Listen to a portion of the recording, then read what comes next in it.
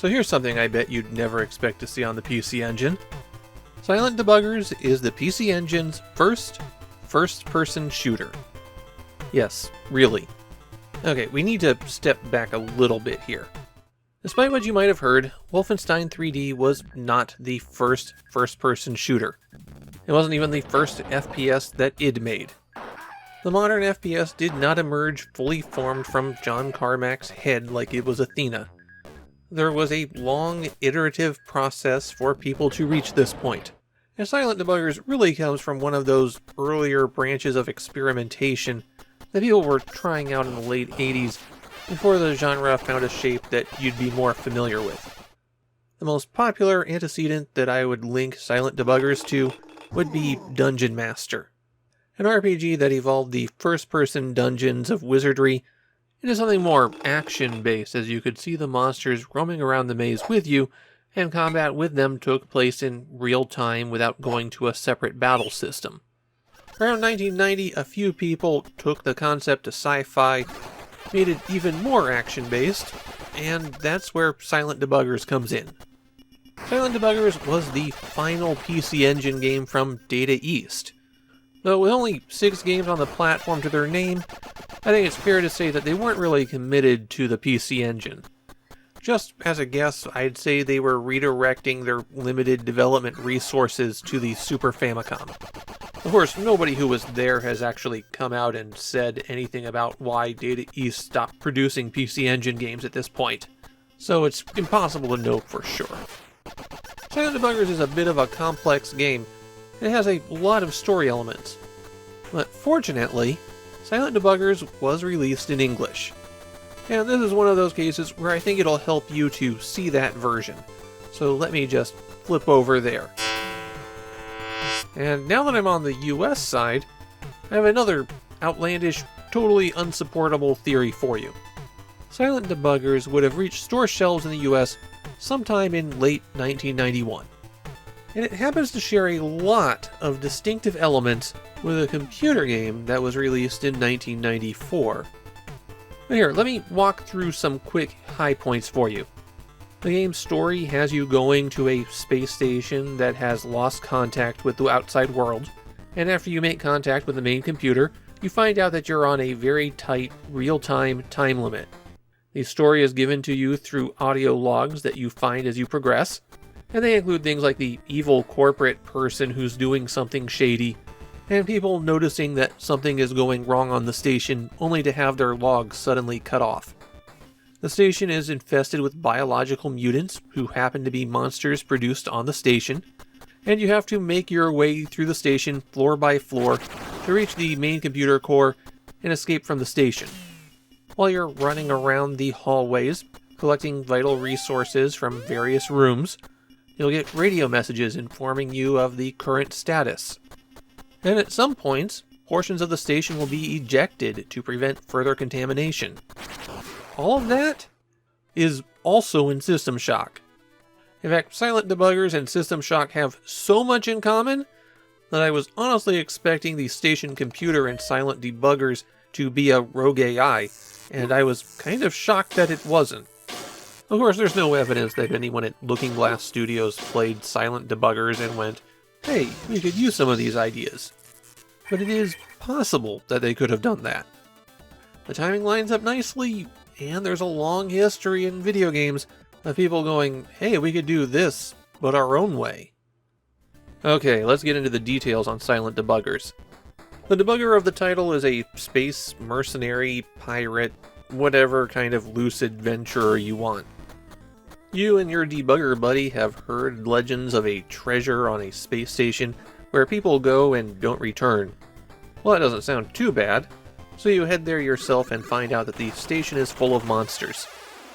The way that most of the game works is that there's a central core section of the station that moves up and down between cargo sections. Your friend stays at the hub in the dead center of this, and your job is to go out and clear all of the monsters from the cargo regions. Once they're clear, the hub goes down to the next level.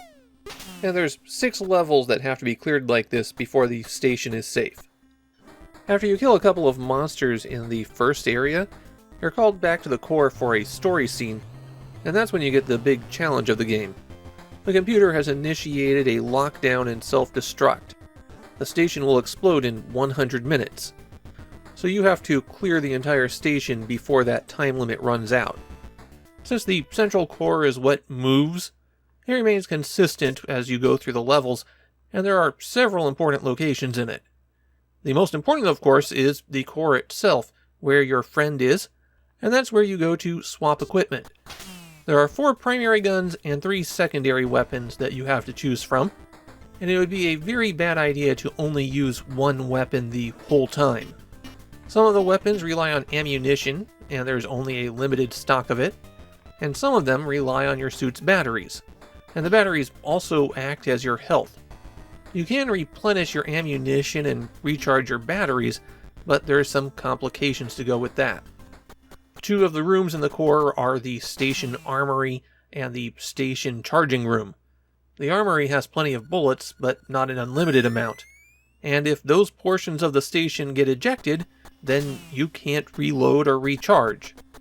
Well, you can still recharge by dying and reviving back at the core, but that costs you 5 minutes. You still want to return to the core periodically, since your friend will cobble together some special items to improve your suit. You can only carry 2 of these at a time, but they can increase your damage, let you automatically recharge batteries, or, most importantly, teleport to specified locations at the cost of some battery. The biggest danger from the core are attacks from the cargo areas. Periodically, something will wander into the core section, and you'll have approximately 1 minute to destroy it before one of the 8 sections around the core get ejected to deal with the monster. Of course, if the monster manages to make it out of the ejected section, well then you still have 1 minute before the next section of the core gets ejected. 4 sectors around the core don't have anything in them. You'll still want to defend them because that will give you a bit more survivability, but if you lose one of them, it's not the end of the world. The other 4 sections are a lot more of a risk. Besides the armory and recharging station, there's also the station life support system and the station sensors. If life support gets ejected, then the lights go out. And if the sensors get ejected, then you're in real trouble, because the best way to hunt down the monsters is through the audio sensors. The lights in the top corner of the screen will change as you get near monsters. Blue when they're in the vicinity, yellow when you're getting close, and if they're red, then they are probably visible. When a monster invades the core, those are pretty much the only way that you'll ever find it. Now, Silent Debuggers does really take advantage of stereo sound. If you play this one with headphones on, then you will be able to hear which direction the monsters are hiding in. Although, playing on a television, I found that effect to be kind of obscured. As you play, button 2 fires your main gun, while holding down button 1 lets you do some aiming. You can move the crosshair around a bit, and that lets you target parts on monsters. Aim for the legs to slow them down, or the face to do extra damage. Now, as cool as that sounds in concept, it doesn't really work in practice. Monsters stick to the center of the screen and they move fast. You don't have enough time to take careful aim. The most effective way to deal with them is to kill them fast. So just aim center of mass and keep it there. You hit the Start button to use any special weapon, and the Select button brings up the command menu. From here, you can get a map of the current level, which is absolutely vital for finding your way around. Use special items, and most importantly, switch your battery. Your suit carries 2 batteries, and since you're using it as ammunition and shields, when you get low, you need to switch over immediately. As for your choices of weapons, the default weapon is a handgun that's just an energy blaster. And if you want an energy weapon, you should immediately switch to the Mega Beamer, which is the handgun only stronger. The motor cannon is a machine gun, it carries 80 shots, and it's a perfectly fine choice. The lip shoot only carries 60 shots, but it's a homing missile, and it will automatically target the center of any enemies. I found it to be a really good choice for the early stages, before you need stronger firepower. The special weapons are a grenade launcher which does splash damage to all of the enemies in the area where you hit, The sonic launcher, which causes enemies to flee, making it the worst weapon in the game, and the sleep launcher, which uses battery power, but freezes enemies in place, making it very useful. All enemies in Silent Debuggers share the same appearance, they just change color to indicate behavior. So the red enemies are aggressive and come straight at you, while the green ones will run away from you. The green monsters are inevitably the ones that get out and into the core area, and running them down before a section gets ejected is really tough. As soon as you have them in view, they run to a neighboring square. The purple monsters don't trip your sensors, and you have to listen for where they are. And now that you finally know all of the game mechanics in Silent Debuggers, I can finally talk about the problems with the game. And really, there's three primary ones. First, the level design is awful. The cargo areas where you're hunting aliens are all identical straight corridors with no defining features. The same simple pattern is repeated over and over again. So there's a level that's just a grid. Another level where it's always the same circular loop connecting an inner and outer ring. It's boring and the exact opposite of atmospheric. I really needed to feel like I was exploring different environments. Small touches could have gone a long way here, and instead we have the most boring dungeon design possible. Problem 2? No variety in monsters. Because they're just using the same sprite for everything, the monsters wind up being kind of boring before you're halfway through the game. Once you have the dance down to clear out the aggressive ones, and then chase down the runners, then it all just becomes a matter of time. You are on the clock, but there's more than enough leeway for you. The third biggest problem is running down those monsters that get into the core. The alarm goes off and you've got to drop whatever you were doing, even if it was being in the middle of an enormous firefight, run back to the core, identify which section of the huge area the monster's in, and then chase after it, hopefully shooting it enough times before it runs away that you don't lose another portion of the station. The monster either needed to stay in one place so you could hunt it down, or maybe just not run away so fast. It's incredibly frustrating to chase after them. And after the first few stages, you'll end one alarm, go back to the cargo area where you're supposed to be cleaning the monsters out, and then have another alarm go off immediately. Silent Debuggers did not receive a sequel, but there was kind of a follow-up. And no, I'm not talking about System Shock this time. The Sega Saturn game Enemy Zero cites Silent Debuggers as its direct inspiration, particularly the way it handles enemy detection, with directional sound cues. Japanese players really like Silent Debuggers a lot.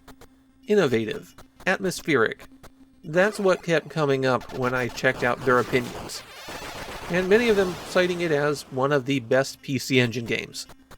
And as for myself, Silent Debuggers is one of those things that I really do enjoy finding when I explore the history of games. It's a game that stumbled so that others could run. It's packed with innovative features and concepts that aren't especially well implemented because they were figuring them out. So it's not a game that I'd say you should sit down and try and you'll have a good time with it. But if you're interested in the history of video games as a medium, then it's worth checking out Silent Debuggers because it does so much. It's capturing that moment in 1991 right before a technological revolution. In Silent Debuggers, you can see all of the pieces are in place.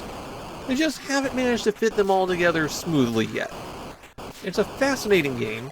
It's just I think the rough edges are still rough enough that they'd turn off a lot of people.